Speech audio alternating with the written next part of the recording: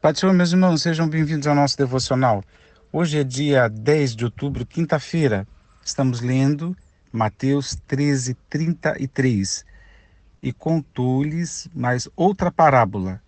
O reino dos céus é semelhante ao fermento que uma mulher pegou e misturou em 3 medidas de farinha, até que toda a massa ficou levedada. Queridos, estas parábolas de Jesus, os irmãos já sabem que Jesus explicava muitas coisas através de parábolas. Isso tinha uma razão de ser, porque Jesus queria que os que creem, compreendessem, mas os muitos inimigos ao redor e os espectadores não compreendessem, até porque Jesus, não só a questão da parábola, mas a questão de não de solicitar às pessoas que não comunicassem os seus feitos, né? Isso nunca dava certo, mas Jesus sempre pedia: não conta para ninguém, não fale para ninguém, vá embora, não fala para ninguém. Isso tem a ver com o tempo, porque Jesus não queria ser aclamado, rei, reconhecido antes do tempo, para não atrapalhar a ordem que ele seguia de Deus Pai. Enfim, provavelmente tem outras possibilidades de entendimento que eu desconheça, mas eu me lembro muito bem destas questões. São várias parábolas. Neste capítulo, Jesus fala da parábola tão famosa do trigo e do joio, né? Aliás, antes, né? Ele fala do propósito das parábolas, então ele fala da parábola do semeador. Estou virando aqui a página do trigo e do joio, do grão de mostarda, fala dessa do fermento e depois tesouro escondido, pérola de grande valor, da rede dos peixes, né? Enfim, todas essas parábolas e todas elas para explicar as características, né? O jeito do reino de Deus, como, ou melhor, o reino dos céus, como ele diz aqui. E o reino dos céus, quando Jesus fala do fermento, só fazer uma comparação com a parábola anterior, que é a do grão de mostarda, que Jesus diz que começa pequeno, né? Assim como um grão de mostarda que foi plantado é menor de todas as sementes. Eu já vi uma vez um obreiro levou lá na igreja e mostrou para todo mundo. É uma semente pequenininha, né? Pretinha, bem pequenininha. E mas ela chega a ser a maior das hortaliças, né? Ou seja, cresce. Então, quando Jesus está falando, ele está dizendo que o evangelho começa singelo, começa pequeno, mas vai crescer em proporções, né? E aqui, nessa parábola do fermento, vou pegar apenas um aspecto, porque existem outros, né? É que é o crescimento, mas não no sentido de multiplicação, mas é a influência do evangelho, né? Assim como o fermento leveda toda a massa, né?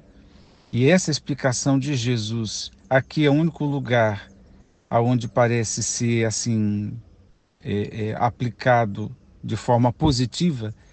E eu falo isso porque se a gente fizer uma releitura dos evangelhos ou procurar nas concordâncias, você vai ver que Jesus fala de fermento no sentido negativo, naquilo que não é para ser imitado.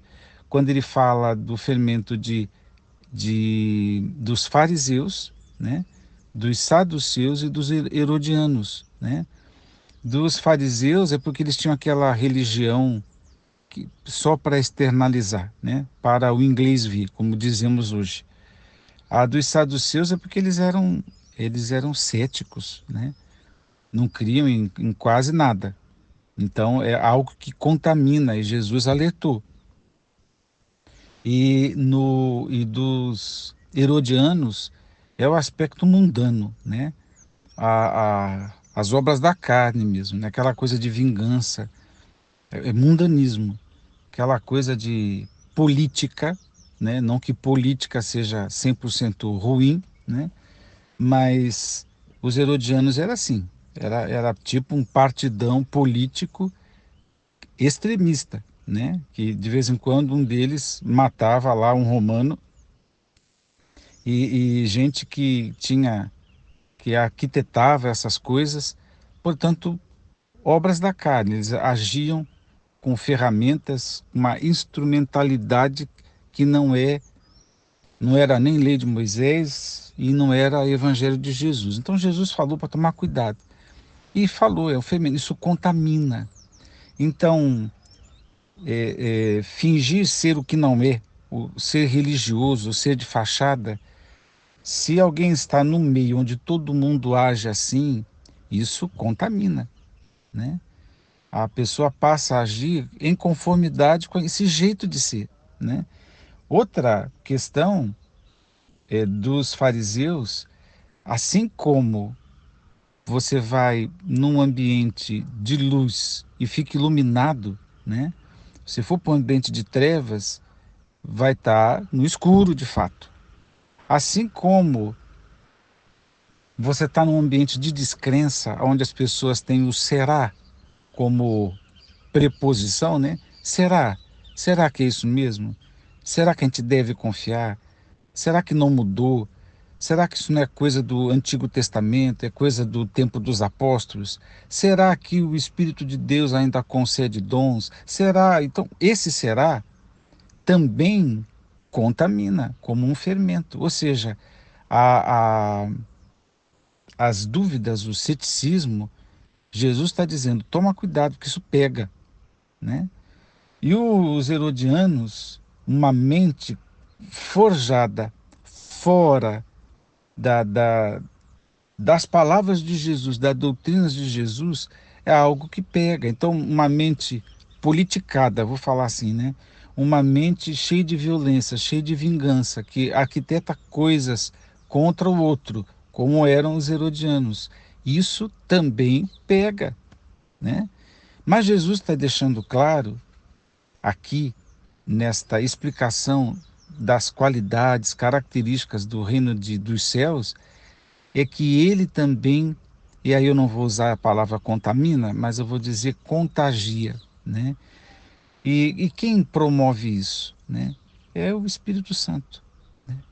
Ele vai fazendo com que a doutrina, com que o evangelho não seja algo que passe batido. Tem o texto áureo, não, pelo menos um dos textos lidos na escola dominical, é que a minha palavra não voltará para mim vazia. É uma expressão lá do profeta Isaías. Antes fará tudo que me apraz, assim como a chuva desce e opera coisas, da mesma forma a minha palavra. Ou seja, o evangelho não, não deixa ninguém numa resposta indiferente, né? A resposta é uma resposta, mas o fermento chegou ali. Se a pessoa vai se converter ou não, é uma questão, mas que o evangelho ele vai fermentando toda a massa, toda a humanidade vai sendo contagiada pelo evangelho. Porque aqui não está dizendo que 100% das pessoas serão salvas, mas como Jesus disse que o evangelho o evangelho do reino será anunciado para todo mundo, né? Então, vai chegar na porta do coração de uma forma ou de outra, da forma como Deus quiser que seja, vai chegar, preferencialmente na proclamação da igreja, mas vai chegar o evangelho, né? Eu estou dizendo isso com segurança, que não está ensinando que 100% vai ser salvo, não é isso, né? Mas que 100% vai sofrer de uma forma positiva ou negativa o exercício do próprio evangelho, né? Ou seja, o contágio do próprio evangelho, do reino dos céus, né? Agora, e por que eu tenho certeza que nem todo mundo vai ser salvo? Por causa da outra parábola que Jesus contou aqui, do trigo e do joio, né? Da outra parábola da rede, que a rede é que nem o evangelho é uma rede, melhor dizendo, e que na pescaria vem tudo quanto é tipo de peixe. Mas fica aqueles que os pescadores consideram bom para o comércio, né? E os outros peixes que não tem nada a ver com a rede, tira, joga no fogo. Ou seja, não serve para comercializar. E isso era uma prática, um costume que Jesus está citando, né? Que acontecia na época. Ele comparou isso com o fato de que muita gente, eu vou usar expressões bem nossas, aceita Jesus, mas o evangelho em si, às vezes, depende de uma frutificação. Aí entra o quê? A palavra, a parábola do semeador, né?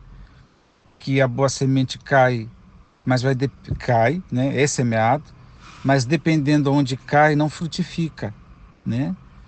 Então, é mais uma parábola para dizer que, apesar do evangelho bater na porta, o ambiente, o coração da pessoa é que vai acatar, ou melhor dizendo, acolher ou não acolher o evangelho.